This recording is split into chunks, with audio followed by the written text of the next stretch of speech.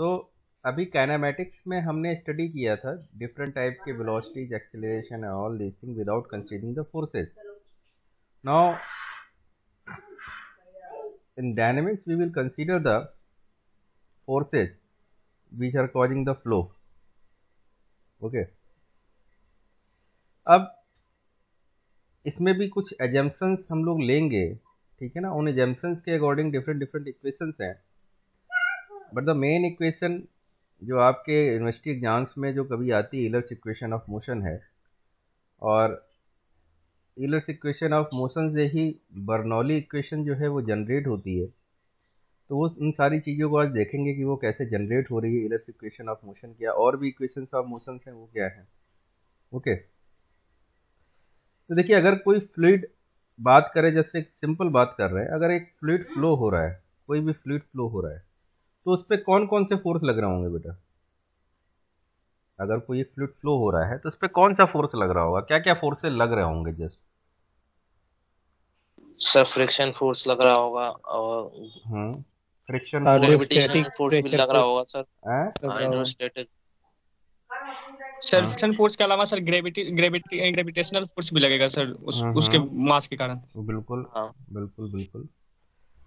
देखिए, अगर कोई चीज फ्लो हो रही है, सबसे पहली चीज आती है कि कोई प्रेशर फोर्स जरूर लग रहा होगा, क्योंकि फ्लो होने का मतलब ये है कि प्रेशर में वेरिएशन है, तभी कोई चीज फ्लो हो रही है. जैसे करंट फ्लो कब होती है? Yes sir. जब पोटेंशियल में डिफरेंस होता है. अगर पोटेंशियल सेम है तो करंट कभी फ्लो नहीं हो सकती है ना. तो सेम वही चीज होती है, अगर फ्लूइड फ्लो हो रहा है तो इसका मतलब है प्रेशर में डिफरेंस तो होगा ही होगा, यानी कि प्रेशर फोर्स कहीं ना कहीं लग रहा है. ठीक है. दूसरा, एक उसका ग्रेविटी फोर्स हो गया, है ना, एक ग्रेविटी फोर्स लग रहा होगा. तीसरा एक फोर्स लग रहा होगा उसमें विस्कस फोर्स.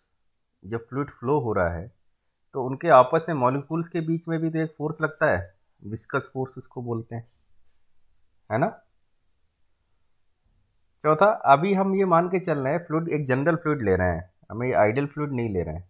तो जनरल फ्लूइड में क्या है कि जब अगर वो चल रहा होगा, फ्लूइड अगर हो रहा है तो कहीं कंप्रेस हो रहा होगा, ठीक है ना, कहीं और कहीं एकदम से अलग, मतलब डीकम्प्रेस हो जा रहा होगा. तो एक कंप्रेसिबिलिटी फोर्स भी उसमें लग रहा होगा, कोई ना कुछ इस टाइप का, है ना.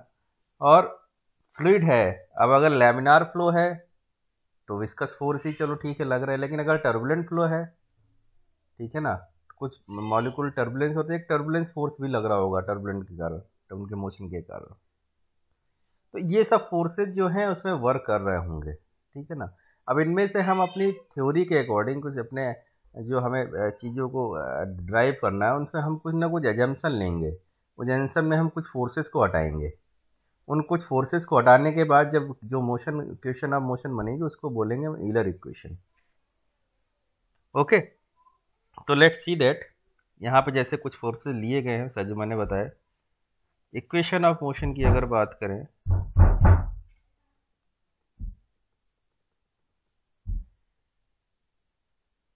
जैसे कि देखिए, ग्रेविटी फोर्स है, प्रेशर फोर्स है, विस्कस फोर्स है, टर्बुलेंस की वजह से फोर्स आ रहा है, और एक कंप्रेसिबिलिटी की वजह से फोर्स आ रहा है. तो ये सारे फोर्स लिए गए हैं, ठीक है. तो नेट फोर्स क्या कर रहा होगा, इन सभी का वेक्टर सम कर दिया, जैसे वेक्टर सम हो गया ये, ठीक है. अब इसी में से हम एजम्पशन लेते जाते हैं, कुछ ना कोई फोर्स नेग्लिजिबल करते जाते हैं, और इक्वेशन ऑफ मोशन आती जाती है. तो जैसे पूछे रेनॉल्ड इक्वेशन ऑफ मोशन क्या है, तो रेनॉल्ड में क्या करते हैं हम, जो कंप्रेसिबिलिटी फोर्स है इसको नेग्लिजिबल लेते हैं, यानी इस फोर्स को हटा देंगे. तो हमारे पास क्या फोर्स बचेंगे, gravity force, pressure force, viscous force and turbulence force. Similarly Navier stroke equation पूछी जाती है, तो नेवियर स्ट्रोक में क्या हो जाता है, दो चीज़ें हम उसमें नेग्लिजिबल लेते हैं, एक तो compressibility force and turbulence force. तो क्या कौन से फोर्स बतेंगे, gravity force, pressure force and viscous force. तो ये ध्यान रखना है, कई बार पूछा जाता है कि what is Navier stroke equation, या what are the forces that are considered in Navier stroke equation. तो that forces are gravity force, pressure force and viscous force. तो नेवियर स्ट्रोक इक्वेशन में तीन फोर्सेज को हम कंसीडर करते हैं, gravity, pressure and viscous force. Now what is Euler? अब Euler में क्या करेंगे, हम विस्कस फोर्स को भी नेग्लिजिबल ले लेंगे, यानी विस्कस फोर्स को हमने जीरो ले लिया। अब अगर विस्कस फोर्स को जीरो ले गए तो तीन फोर्स आपके जीरो हो गए, compressibility force, turbulence force and viscous force. तो कौन से फोर्स बचे? Gravity force and pressure force only. So in the Euler equation of motion only two forces are considered, that is gravity force and pressure force. ये आपको ध्यान रखना है, केवल हम ग्रेविटी फोर्स लेंगे और प्रेशर फोर्स लेंगे, इसके बेस पे हम चीज़ों को ड्राइव करेंगे। यहाँ तक क्लियर है बेटा? आप किसी को कुछ क्वेश्चन हो तो पूछे किसी के माइंड में।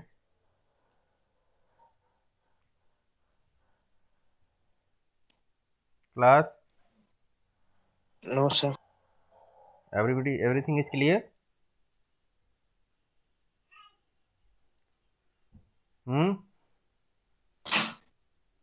Yes sir. Okay. So now we come to the Euler's equation of motion. अब Euler equation of motion है, इसको मैं पहले आपको ये डायग्राम समझाता हूँ कि क्या किया गया है, इसके बाद फिर वो डेरिवेशन अपने आप समझ में आ जाएगा। ये डायग्राम दिख रहा है सभी को बेटा? Yes sir. ओके। ये एक कोई फ्लूइड है, फ्लूइड कोई भी फ्लूइड है, वो फ्लो हो रहा है, ये फ्लो है, ये डायरेक्शन है उसकी, देखो ये जा रहा है, ये लाइन जो है ये एस की तरफ है, ऐसे जा रहा है फ्लूइड, ठीक है। ये कोई भी फ्लूइड फ्लो हो रहा है, उसमें हमने फ्लूइड का एक स्मॉल एलिमेंट लिया हुआ है। ये क्या है? एक स्मॉल एलिमेंट लिया हुआ है फ्लूइड का, जो फ्लूइड फ्लो हो रहा है उसी में हमने एक सिलेंड्रिकल टाइप का एक एलिमेंट लिया है। उस एलिमेंट, जो सिलेंडर है उसकी जो लेंथ है बहुत ही स्मॉल है, बहुत ही स्मॉल एलिमेंट है ये, उसकी लेंथ हमने ds ली है, ये ds है। ओके। अब इस एलिमेंट का हमने क्या किया है, फ्री बॉडी डायग्राम बनाया है। ये जो एलिमेंट हमने लिया है इस फ्लूइड का ही एलिमेंट है जो फ्लो हो रहा है, उसी में से हमने एक स्मॉल एलिमेंट ले लिया उस फ्लूइड का, और उस सिलेंड्रिकल एलिमेंट है, ds लेंथ है उसकी। ओके।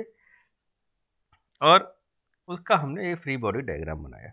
अब फ्री बॉडी डायग्राम जब बनाएंगे तो देखते हैं उस पर क्या क्या फोर्सेज लग रहे होंगे, क्योंकि हमने ईलर्स इक्वेशन से इसको मैं प्रूफ करने जा रहा है। तो ईलर्स इक्वेशन हमने केवल दो फोर्सेज लिए हैं, pressure force and gravity force.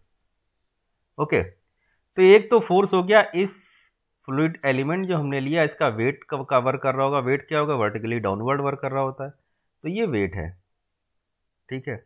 ये कैसे लिखा गया अभी बताता हूँ। अभी ये मानिए कि फोर्स कौन कौन से हैं पहले, तो ये तो इसका एक वेट नीचे वर्क कर रहा है, ठीक है। और कौन से प्रेशर फोर्स इसमें लग रहे हैं? एक तो प्रेशर फोर्स अगर इधर की तरफ फ्लो हो रहा है तो एक प्रेशर फोर्स तो देखिए हमेशा क्या होता है, सरफेस के परपेंडिकुलर, तो इस सरफेस के परपेंडिकुलर एक ये फोर्स आया प्रेशर फोर्स PDA, और दूसरा जो है इस सरफेस के परपेंडिकुलर एक फोर्स आया ये। ओके। तो ये दो प्रेशर फोर्सेज लग रहे हैं, एक प्रेशर फोर्स इधर से लग रहा है, एक इधर से लग रहा है। ओके। नाउ अब हम करेंगे क्या, हम करेंगे ये कि टोटल जो फोर्सेज का जो समेशन F है, जो नेट फोर्स है, क्योंकि फ्लूइड इधर की तरफ मूव कर रहा है, ठीक है, कुछ ना कुछ में वेलोसिटी है, एक्सीलरेशन है, फ्लूइड इधर की तरफ मूव कर रहा है, तो हम यहाँ पे अब न्यूटन सेकंड लॉ लगाएंगे, that net force equal to m into A. Okay. Net force equal to m into A. तो हम ये जितने फोर्सेज हैं इन फोर्सेज को कंसिडर करके नेट फोर्स निकालेंगे, उसको m इंटू ए के इक्वल रखेंगे। ओके। तो हम क्या करने वाले बेटा, ये समझ में आया एलिमेंट हमने कैसे क्या कि इसमें क्या करना है, फिर मैं आगे बढ़ूं। सर बताओ। सर यहाँ पे शुरू में सर जो फोर्स है सर ये सिर्फ पीडीए है सर, उसके बाद सर जो आउटलेट पे देख रहे हैं तो सर वहाँ पे P प्लस समथिंग है सर। उसको भी तो बताता सर हूँ वहाँ पे अभी मैं सारे फोर्सेज बेटा बताऊंगा। अभी मैं जस्ट ये पूछ रहा हूँ, जो मैंने अभी कॉन्सेप्ट दिया है कि हम लोग इसमें क्या करने वाले हैं, उसमें कोई प्रॉब्लम है? उसमें कुछ नहीं, ये सारे फोर्सेज में अभी मैं बताऊंगा कैसे आए हैं। जो कॉन्सेप्ट दिया उस कॉन्सेप्ट वो क्लियर है? Okay good. अब देखते हैं इसको। सबसे पहले देखते हैं ग्रेविटी फोर्स। तो ये ग्रेविटी फोर्स नीचे लग रहा है, क्या होता है ग्रेविटी फोर्स? बताओ बेटा।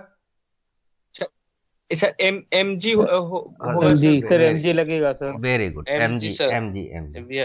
ठीक है ना। तो यहाँ यस सर। देखिए जी तो है, और एम कैसे निकाला गया है, एम बराबर क्या होता है, डेंसिटी इनटू वॉल्यूम, है ना। तो इस फ्लूइड की डेंसिटी हमने ले ली है रो,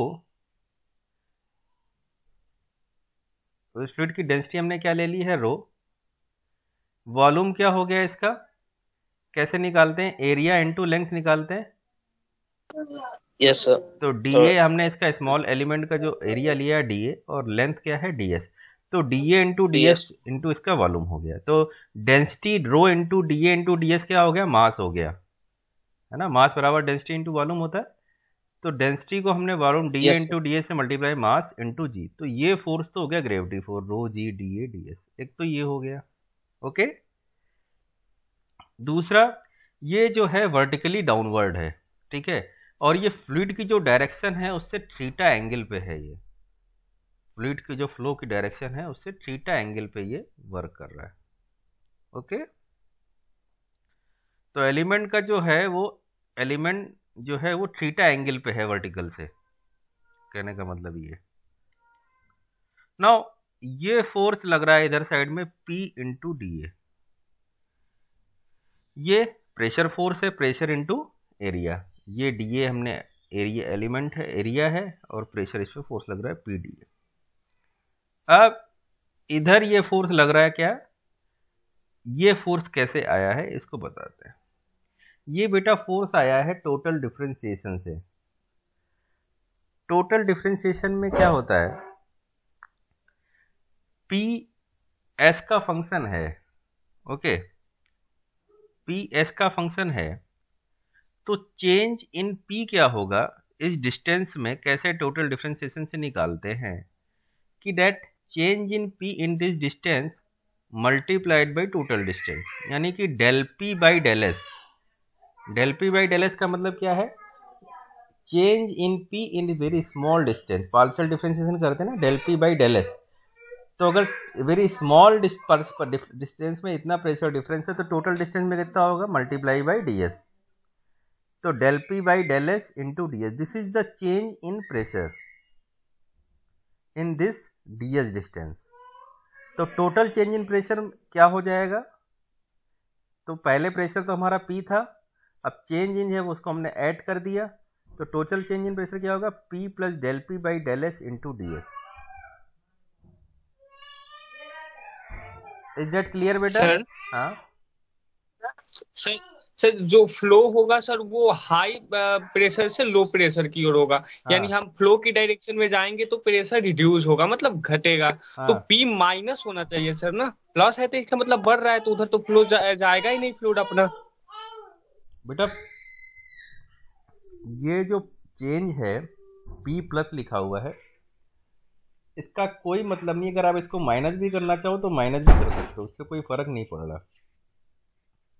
ये जस्ट एक ये है कि वहां पे चेंज इन प्रेशर बता रहा है। जब आप वैल्यू रखोगे तो वो प्लस माइनस अपने अकॉर्डिंग वो सेट हो जाएगा। अगर वो ज्यादा है प्रेशर तो वो सर नेगेटिव हो जाएगा। उन्होंने वहां पे सर कंप्लीट लिख रखे हैं सर, पी प्लस लिख रखे हैं और डीए से उधर मल्टीप्लाई किए हैं, उन्होंने कंप्लीट प्रेशर लिख रखे हैं उस पॉइंट पे। बिल्कुल लिख रखा है।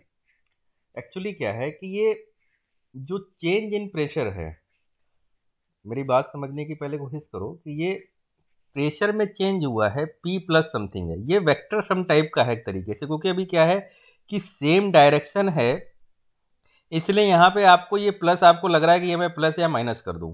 लेकिन अभी अगर ये डायरेक्शन सेम नहीं होती, ये इस डायरेक्शन में होता है, कुछ इस डायरेक्शन में होता, तो वेक्टर सम कैसे लिखते हैं आप, पहले तो वहाँ पे वेक्टर सम कैसे लिखते हैं, एफ अगर है तो F1 प्लस F2 ही लिखते हैं। लेकिन बाद में देखते हैं कि अगर जब वो वेक्टर को जब हम रिजॉल्व करते हैं या कुछ करते हैं तो उसके बाद अगर चीज़ें आती तो उस हिसाब से उसको फिर प्लस माइनस कर लिया जाता है। ये हमारे कंसर्न के ऊपर है कि हम प्लस की डायरेक्शन ले रहे हैं, माइनस की डायरेक्शन ले रहे हैं। ये क्या है, अभी ये केवल प्रेशर चेंज लिखा हुआ है, चेंज इन प्रेशर, ठीक है। आप चाहो तो यहाँ पे माइनस ले सकते हो, उससे कोई फर्क पड़ने वाला नहीं है। अगर आप यहाँ पे माइनस लोगे तो यहाँ पे कुछ वैल्यू चीज़ें चेंज आएंगी, अभी देखिए मैं बताऊंगा, कुछ चीज़ें चेंज हो जाएंगी। और फिर वो आपको फिर अगेन जो चीज़ें चेंज हो जाएंगी तो आप लगेगा कि नहीं ये चीज़ गलत हो रही है, तो उसको फिर वहाँ पे हमें अगेन उसको पॉजिटिव करना पड़ेगा। जैसे कि हम पहले कोई चीज़ एज्यूम कर लेते हैं ना, एज्यूम जैसे लेट सपोज जैसे कोई चीज़ हम प्रूफ करने जा रहे हैं तो पहले हम कोई चीज़ एज्यूम कर लेते हैं कि मान लिया ये ऐसा है। अगर वो हमारा थ्योरी ठीक है तो उसी अकॉर्डिंग आएगा, नहीं आएगा तो कुछ अपोजिट में आता है तो हम कहते हैं जो हमने माना था वो गलत था। मेरी बात समझ में आ रही है अभी? Yes sir. है ना? अभी यहाँ पे क्या है कि एक्चुअली क्या, जब भी चेंज इन प्रेशर निकालते हैं, अभी यहाँ पे इन्होंने बस टोटल क्या किया है, जस्ट एक टोटल डिफरेंशिएशन से निकाला कि change in pressure DS length में क्या होगा। तो ये इतना हो गया, तो टोटल चेंज कितना होगा, इसमें पी और प्लस समथिंग इतना लिख दिया। अभी जस्ट केवल नॉर्मल वे में इतना किया। Okay, yes sir. और आप ये देखिए जो डायरेक्शन ऑफ फ्लूइड फ्लो है वो ये लिया है, इधर साइड माना है, ठीक है। तो उस बेस पे इन्होंने क्या किया है कि इसको ही पॉजिटिव रखा है और इसको इन्होंने निगेटिव रखा है। इसको अगर मैं डायरेक्शन ऑफ, अगर इसको मैं ज़्यादा लेता हूँ, अगर ये ज़्यादा होता तो इसको मैं पॉजिटिव रखता, इसको निगेटिव रखता, ठीक है। तो इस डायरेक्शन को पॉजिटिव रखता, इसको नेगेटिव रखता, तो उसके हिसाब से चीज़ें यहाँ चेंज हो जाती। लेकिन डायरेक्शन ऑफ फ्लो हमारा कैसा ऐसा है, तो पॉजिटिव इन्होंने इसी को ही रखा है, इसको उन्होंने निगेटिव लिया हुआ है, इसको ही माइनस किया हुआ है। मेरी बात समझे बेटा? अगर ये प्रेशर कम होना है तो del P by del S into D s की वैल्यू कुछ ऐसी नेगेटिव आएगी कि ये प्रेशर अपने आप कम हो जाएगा। अगर ये प्रेशर पॉजिटिव होना है तो del P by del S into D s की वैल्यू क्या आएगी, पॉजिटिव आएगी, तो ये प्रेशर ज़्यादा हो जाएगा। Del P by del S into D s just एक चेंज बता रहा है कि यहाँ से यहाँ तक कितना चेंज हुआ है, लेकिन ये प्लस या माइनस नहीं बता रहा है, ठीक है ना। ये तो वैल्यू निकलने के बाद चला चलेगा। ये हमने यहाँ प्लस जस्ट इसलिए किया है कि ये चेंज जो भी आएगा, अगर ये नेगेटिव आएगा तो अपने आप माइनस हो जाएगा, अगर ये पॉजिटिव आएगा तो अपने आप ऐड हो जाएगा। अगर यहाँ पे हम पहले ही माइनस लगा देंगे और ये चीज़ अगर माइनस आ रही तो क्या हो जाएगा, फिर उल्टा हो जाएगा, ये ऐड हो जाएगा। मेरी बात समझ में आई बेटा? Yes yes sir. वहाँ पे सर P2 का मान सर कम आएगा P1 से सर, तो इसलिए डेल पी का मान निगेटिव आ जाएगा sir. Yes sir, clear sir. अब समझ में आ गया? Yes sir. ओके, इसलिए इस चीज को जस्ट ये चेंज है, इसको हमने यहाँ पे जस्ट जो वेक्टर सम की तरह इसको हमने ऐड कर दिया है। अब इसकी वैल्यू जो भी आएगी वो इसी के अकॉर्डिंग ये वैल्यू एडजस्ट हो जाएगी। Okay, yes sir. नाउ अब आप इसकी सारी चीजें देखिए। नाउ इधर इक्वेशन क्या है, हमने इसमें दो फोर्सेस कंसीडर किए, gravity force and pressure force. अब एक स्ट्रीम लाइन फ्लो है जिसमें एस डायरेक्शन जिसमें लिखा हुआ है, इस डायरेक्शन में ऐसे फ्लो हो रहा है ये, और एक सिलेंड्रिकल एलिमेंट लिया है, इसका क्रॉस सेक्शन एरिया डी है और लेंथ डी है, जैसा मैंने बताया सारी चीज़ें। अब इस पर क्या क्या फोर्सेज ऐड कर रहे हैं वो भी मैंने आपको बताया। एक तो p D a in the direction of flow, और प्रेशर एक दूसरा pressure force in the opposite to the direction of flow. Okay, दूसरा वेट ऑफ एलिमेंट, ये तीन फोर्सेज इसमें ऐड कर रहे हैं। ओके, थीटा एंगल लिया है, it is the angle between the direction of flow and the line of action of weight of element. जैसा मैंने बताया कि वर्टिकल से डायरेक्शन ऑफ फ्लो के बीच का जो एंगल है दैट इज थीटा, क्योंकि वेट आपका वर्टिकली ऐड कर रहा होगा। ओके, नाउ अब हम net force equal to M into A से न्यूटन सेकेंड लॉ लगाएंगे।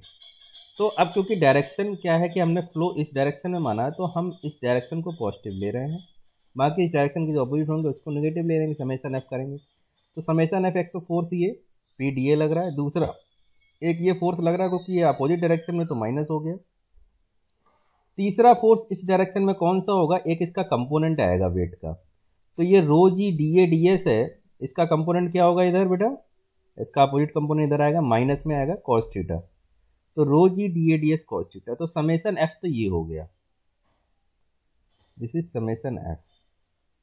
नाउ अब क्या m इंटू ए, तो m क्या होगा, डेंसिटी इंटू वॉल्यूम, तो ये तो m हो गया, इंटू एक्सेलरेशन ले लिया हमने इसका as, acceleration in the direction of this.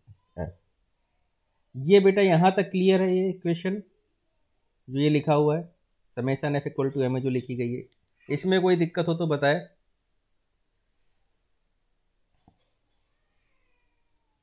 Yes यहाँ तक किसी को कोई दिक्कत है बेटा, कोई भी, जितने भी हाँ लोग हैं? सर। ओके, क्लियर है। Okay, so now this is summation f equal to ma, this part has been written। Okay, अब ये जो एक्सेलरेशन है, अगर आपको ध्यान हो बेटा, एक्सेलरेशन को मैंने बताया था जब, तो एक्सेलरेशन में दो चीज़ें बताई थी, दो एक्सेलरेशन होते हैं एक्सेलरेशन के, पार्ट ऑफ टू कंपोनेंट। एक तो कन्वेक्टिव एक्सेलरेशन बताया था, एक मैंने लोकल एक्सेलरेशन बताया था, ध्यान है class? Yes sir. Convective acceleration जो था, that acceleration was with respect to space, और जो आपका, यस सर, विद पोजीशन के रेस्पेक्ट में। हाँ, और जो आपका टेम्पोरल या लोकल एक्सेलरेशन था, that was acceleration with respect to time, है ना? तो आपको अगर Yes, ध्यान sir. हो, जब हमने Yes. एक्स निकाला था, ए एक्स, ध्यान हो तो you del you by del x plus you del you by del y plus V W del W by del, ऐसे करके निकाला था, प्लस एक लास्ट में del you by del T भी आ रहा था। तो del you by del T date was local acceleration, और जो आपका इससे पहले जो भी थे स्पेस के रिस्पेक्ट में, डेट वाज कन्वेक्टिव एक्सेलरेशन। तो देखिए बेटा, यहाँ पे वही किया गया है, ए एस है, a s is nothing, it is written at d v by D t, जो हम लोग जानते हैं change in velocity with respect to time. तो वी जो है function of space and time है, एस और टी का, क्योंकि हमने क्या है कि ये स्पेस लिया हुआ है, ये एस की डायरेक्शन में लिया हुआ, तो v is function of s and t. अब इसको जो है मुझे किस फॉर्म में लिखना है, एक्सेलरेशन जो हमने जैसे जानते हैं, क्योंकि हमें स्पेस कन्वेक्टिव और टेम्पोरल के फॉर्म में लिखना है। तो कन्वेक्टिव जो हो गया, देखिए v del we by del s, ये हो गया आपका कन्वेक्टिव एक्सेलरेशन, और del we by del t ये हो गया आपका लोकल एक्सेलरेशन। तो इसको इस तरीके से फॉर्म में लिखा हुआ है। ये लिखने का तरीका जो है, ये आप यहाँ से मत देखो, अगर इससे देखोगे तो जो पहले बताया उससे कंफ्यूज हो जाओगे। जो पहले बताया है मैंने, जैसे निकालते हैं, वो भी मैंने टोटल डिफरेंशिएशन से बताया था कैसे निकालते थे। यू था function of x y z and t, तो हमने वहाँ पे सारी चीज़ें लिखी थी कि कैसे उसको निकाला गया है। डी यू, जैसे ए एक्स था, एक्सेलरेशन में जो d u by D t किया था, ठीक है। अब u is the function of x y z and t था, ओके। तो d को फिर हमने उसको टोटल डिफरेंशिएशन के फॉर्म में लिखा था, del you by del X into something, फिर del you by del Y into D I del D, इस तरीके से करके लिखा था। ध्यान है कि बेटा नहीं ध्यान है? यस सर, ध्यान है सर। है ना? तो आया था u del you by del x plus v del you by del y plus w del you by del z plus del you by del t, इस तरीके से आया था, है ना? सेम चीज यहाँ भी की गई है, वही चीज, क्योंकि v is a function of space and time. तो जब आप इसको स्पेस एंड टाइम का कोई फंक्शन है, जब इसको टोटल डिफरेंशिएशन की फॉर्म में आप लिखोगे तो क्या करोगे, पहले del we by del S, ठीक है, and D S by D T, फिर plus del we by del T into D T by D T हो जाएगा। तो ये D T by D T cut जाता है, केवल इतना ही बचता है। फिर देखिए बोले v is a function of space and time. तो इसको जब लिखते हैं टोटल डिफरेंशिएशन की फॉर्म में, तो एक एक टर्म उठाते हैं, सबसे पहले s के रिस्पेक्ट में, फिर t के रिस्पेक्ट में, अगर और भी कोई टर्म है तो सारे रिस्पेक्ट, जैसे एक्स वाई जेड टी था वहाँ पे, तो हमने s के रिस्पेक्ट में, फिर y, फिर z, फिर t। सिमिलरली यहाँ पे है d v by D t है, तो इसको अब टोटल डिफरेंशिएशन के फॉर्म में लिखना है, तो कैसे लिखेंगे, v is a function of space and time. तो इसको लिखेंगे पहले s के रिस्पेक्ट में, इसको किया क्योंकि पहले s है, तो del we by del s, फिर उसको t के रिस्पेक्ट में, क्योंकि नीचे t है, D S by D T, जिसके रिस्पेक्ट में कर रहे हैं फिर करना पड़ता है। फिर इसके बाद t है, अब t के रिस्पेक्ट में del we by del t, फिर dt बाई dt हो जाएगा, ये तो dt बाई dt चला जाएगा, तो ये आ जाएगा टर्म। अब ds बाई dt क्या है, this is v velocity, this is the distance, distance upon time velocity, तो v del v by del s plus del v by del t, ये चीज इस तरीके से आई है। ये यहाँ तक किस सब क्लियर है बेटा? यहाँ तक अगर किसी को कोई दिक्कत हो तो बताएं मुझे।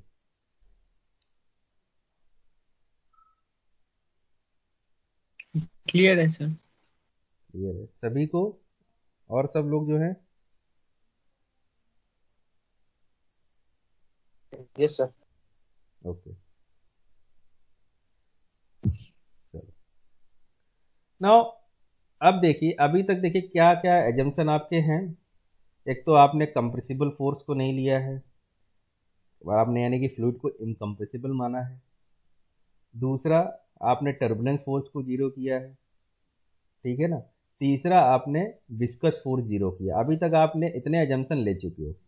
नाउ अब एक एजम्पशन और लेने जा रहे हैं, अगर फ्लो आपका स्टेडी है। स्टेडी का मतलब है that properties will not change with respect to time, है ना। अगर प्रॉपर्टी यानी कि क्या होगा कि velocity with not change with respect to time, del we by del t that should be zero. तो इस टर्म को क्या किया हमने, जीरो कर दिया। अगर फ्लो स्टेडी है तो क्या हो गया हमारा acceleration, v del we by del s, है ना। हमारा जो है एक्सीलरेशन क्या हो गया, v del we by del s, अगर हमने फ्लो को स्टेडी ले लिया तो। ये क्लियर है यहाँ तक? Yes sir. देख बेटा एजम्पशन ध्यान रखिएगा, क्योंकि अभी जब आप बर्नौली करेंगे ना, बर्नौली में पूछा जाता है क्या एजम्पशन, तो देखो यहीं से सारे एजम्पशन आएंगे ये, इसलिए मैं बार बार एजम्पशन आपको याद दिला रहा हूँ। हाँ बताओ बेटा क्या पूछ रहे थे? सर थर्मोडायनेमिक्स में सर हम लोग पढ़े थे सर प्रॉपर्टी के बारे में, तो उसमें सर वॉल्यूम, मास, वो एनर्जी, ये सारे सर प्रॉपर्टी माने गए थे सर, वो उसका सिस्टम का। वो बेटा वो थर्मोडायनेमिक सिस्टम डिफरेंट है, हम यहाँ फ्लूइड सिस्टम की बात कर रहे हैं, फ्लो सिस्टम को देख रहे हैं। तो फ्लो सिस्टम की प्रॉपर्टी क्या होंगी, वेलोसिटी है, इसका एक्सीलरेशन है, ठीक है ना। और जो भी इसकी मतलब डिफरेंट जो भी इसके कैरेक्टरिस्टिक्स है फ्लो के, जो जो चीज़ें हमें फ्लो को निकालने के लिए हमको चाहिए, that are the properties of any. जैसे वहाँ पे सिस्टम है, तो सिस्टम की प्रॉपर्टी क्या थी, आपने टेम्परेचर चाहिए, वहाँ पे डेंसिटी चाहिए, है ना, प्रेशर देखना था वहाँ वॉल्यूम, तो that was the property of that system. यहाँ हम फ्लूइड के रिस्पेक्ट में बात कर रहे हैं, हमारा फ्लो हो रहा है, तो फ्लूइड के फ्लो के कैरेक्टरिस्टिक्स क्या क्या है, क्या क्या चाहिए फ्लो में, क्या क्या कैरेक्टरिस्टिक्स होते हैं। ओके तो यस ओके, तो दिस इज फ्लो। अगर स्टेट दो हमने, अब हमारे चार एजम्पशन हो गए, मैं फिर से याद दिला रहा हूँ। एक तो हमने इनकम्प्रेसिबल फ्लो लिया है, second we have taken non viscous, यानी कि विस्कस नहीं लिया, विस्कस फोर्स को हमने जीरो लिया है, और तीसरा टर्बुलेंस फोर्स को जीरो लिया, चौथा क्या है, फ्लो हमने अब स्टेडी ले लिया। चार एजम्पशन तो यही हो गए, ठीक है। अब क्या है, अब यहाँ पे ए एस हो गया आपका del v del we by del s. अब मैं इस इक्वेशन को उठा के यहाँ पे पुटअप करूँगा, ए एस की वैल्यू पुटअप करूँगा। अब जब ए एस की वैल्यू पुटअप करेंगे तो क्या हो जाएगा, देखिए rho A D S V del we by del S रखेंगे तो कुछ चीज़ें कैंसिल हो जाएंगी, ठीक है। जैसे यहाँ पे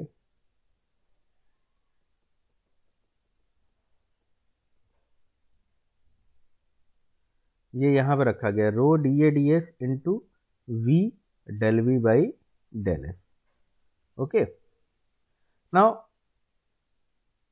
अब यहाँ पे पुट करने के बाद इसको ओपन कर दिया गया है, जस्ट एक मैनिपुलेट किया गया है। जैसे इसको आप ओपन कर दीजिए, P D A minus del P by del S into D S, okay, into D A आ जाएगा, minus rho G D A D S cos theta equal to something जो भी, तो उसमें कुछ चीज़ें कैंसिल हो जाएंगी। तो ये कैंसिल लिखने के बाद लिखा गया है, कुछ चीज़ें कैंसिल करने से उनको ओपन कर दिया ब्रैकेट को, तब ये लिखा गया है minus del P by del s d s d a, ये सारी चीज़ें आ गई।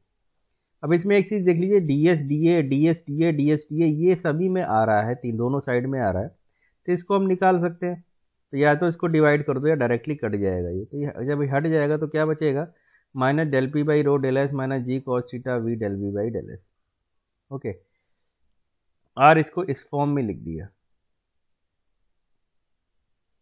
ये इस फॉर्म में एक आ गया, ऐसे लिख दिया। यहां तक बेटा किसी को कोई ऐसा इस स्टेप तक कोई किसी को दिक्कत, फिर आगे चलूंगा। No sir. ओके, अब आगे क्या किया गया है बेटा कि जैसा मैंने बताया था, ये ds लेंथ है, ये ds लेंथ है एलिमेंट की, ठीक है। ये जो लेंथ है इसकी जो डायरेक्शन है वर्टिकल से, ये थीटा एंगल बना रही है, ये है वर्टिकल। इसका ये वर्टिकल जो प्रोजेक्शन है ds का, ये हमने एक लिया है कंपोनेंट dz। इसको क्या लिया है हमने, dz। इसका ds का जो वर्टिकल कंपोनेंट है ये थीटा एंगल पे है, तो dz क्या होगा, ds cos थीटा होगा कि नहीं होगा। dz क्या लिख सकते हैं, ds का वर्टिकल कंपोनेंट है तो ds cos थीटा, या cos थीटा आप लगाइए तो भी निकल आएगा ये, है ना।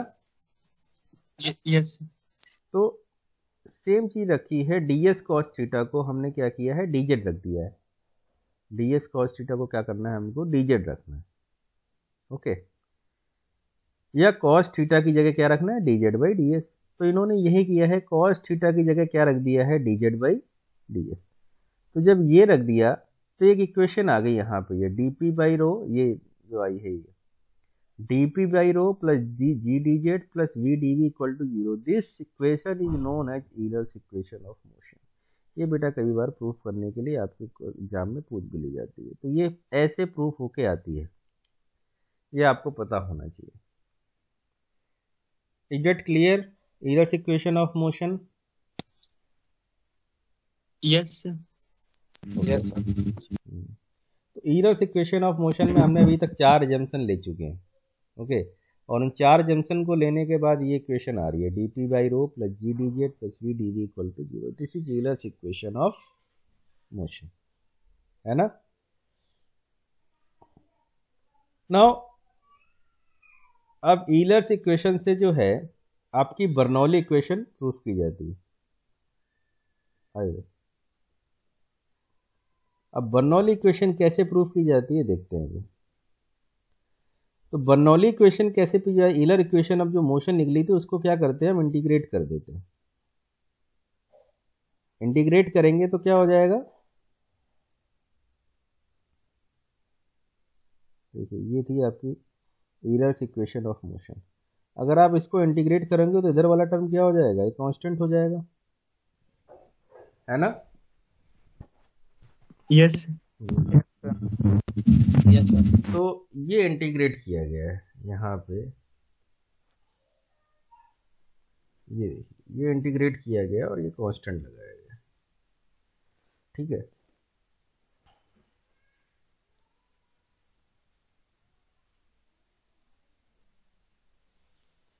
अब इसमें देखिए, क्योंकि फ्लो कैसा है, इनकम्प्रेसिबल है।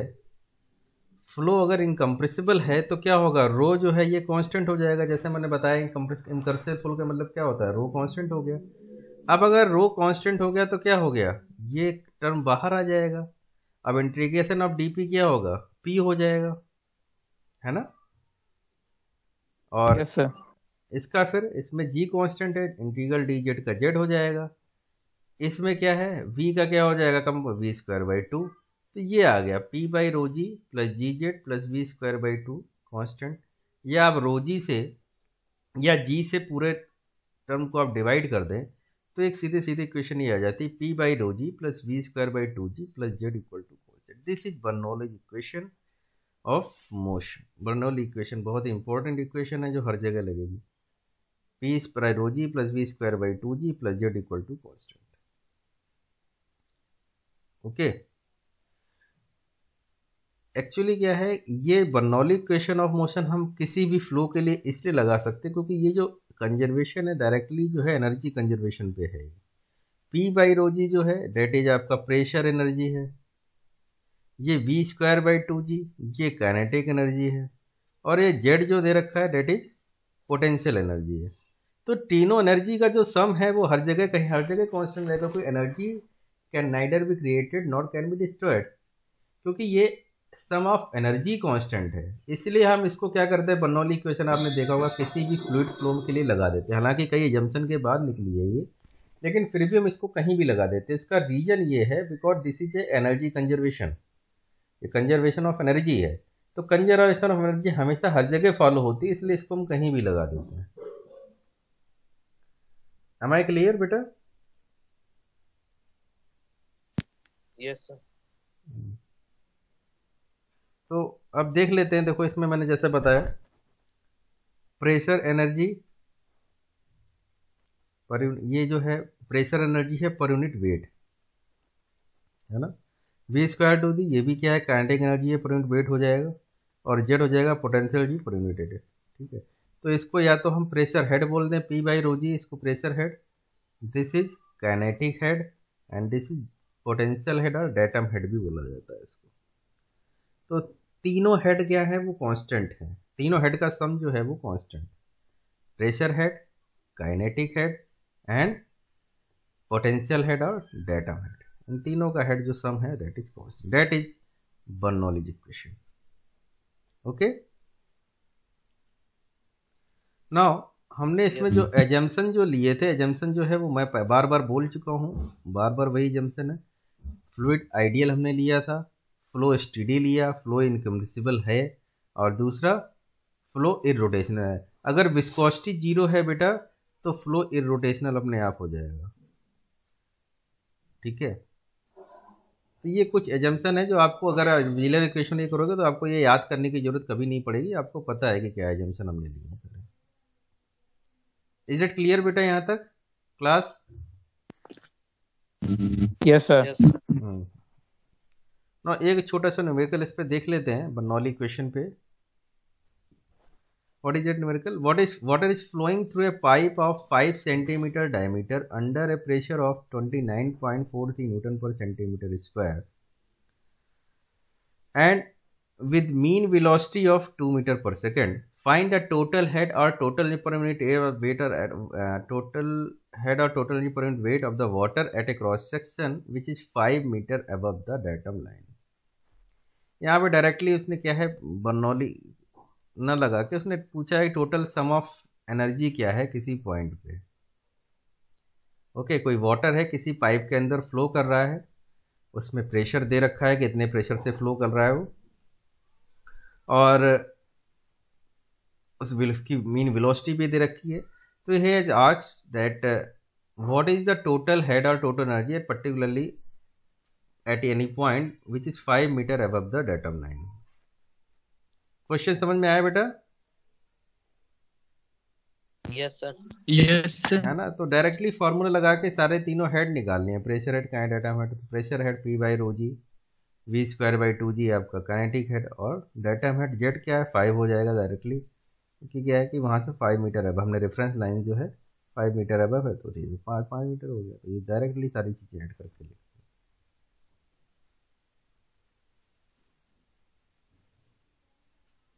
ओके, इस न्यूमेरिकल में किसी को कोई दिक्कत हो तो बताए बेटा जी।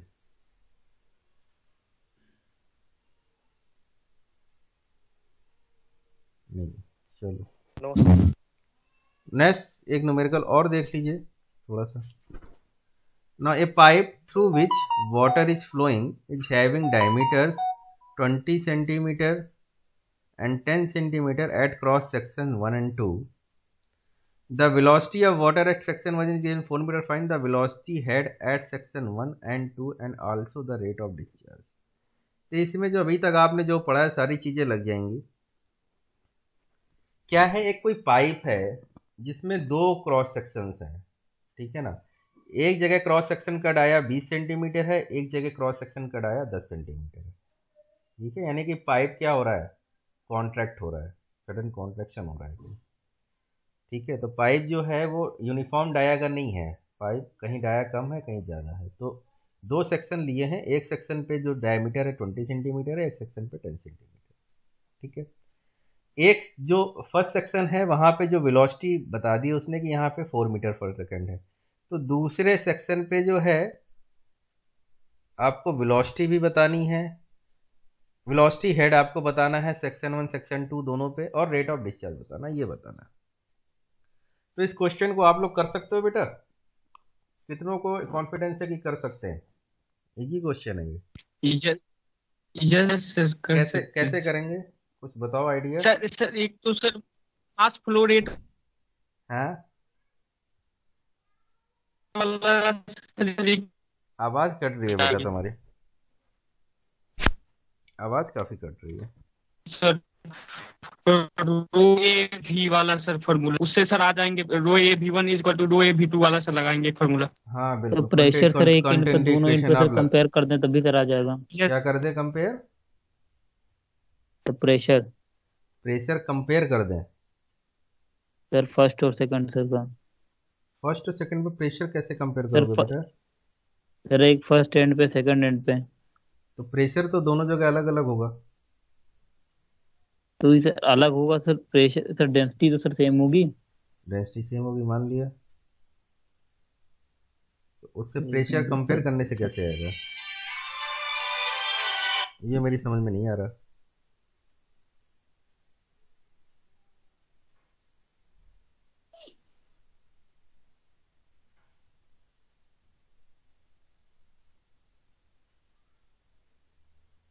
प्रेशर बेटा प्रेशर कंपेयर करने से नहीं आएगा, ये जो कह रहा है ना गोलू, वो ठीक कह रहा है।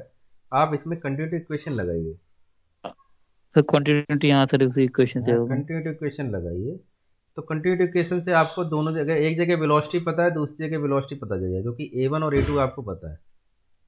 ठीक है, तो जब वेलोसिटी आपको दोनों जगह पता चल गई तो काइनेटिक हेड बहुत आराम। मीटर पर सेकंड, हम्म 16 मीटर पर सेकंड हाँ आएगा बेटा वो सेकंड आ जाएगा, जो भी उसमें है अभी देख लेते हैं। तो एक बार जब वेलोसिटी पता चल गई तो वेलोसिटी हेड भी आ जाएगा फिर। अब v²/2g, वेलोसिटी हेड क्या है? v²/2g वेलोसिटी हेड है। तो v²/2g आप बोलेंगे रेट ऑफ डिस्चार्ज क्या है? कहीं भी वेलोसिटी पता है, एरिया पता है, एरिया इंटू वेलोसिटी डिस्चार्ज। ये बहुत इजी क्वेश्चन है। देखिए ये किया गया है, ये डाया दे रखा है, डाया दे रखा है, A1 निकल गया, V1 है, D2 निकल रहा है, A2। अब v², ये V2 निकाल लिया होगा, V2 निकाला, अच्छा V2 नहीं निकाला, वेलोसिटी हेड सेक्शन में v²/2g ये निकाल लिया, V2 निकाला, फिर यहाँ से देखिए A1 बिन से V2 निकाला, ये यहाँ से ये V2 16 आ गई है, तो वेलोसिटी हेड सेक्शन 2 पे भी निकाल दिया V2²/2g, और ये रेट ऑफ डिस्चार्ज आ गया। इज इट क्लियर बेटा? Yes yes sir. Okay okay, तो ठीक है, फिर आज के लिए बेटा इतना ही रहने देते हैं, तो नेक्स्ट को हम बाद में देखेंगे। ठीक है, yes sir. Okay okay, thanks for thank you. Thanks for the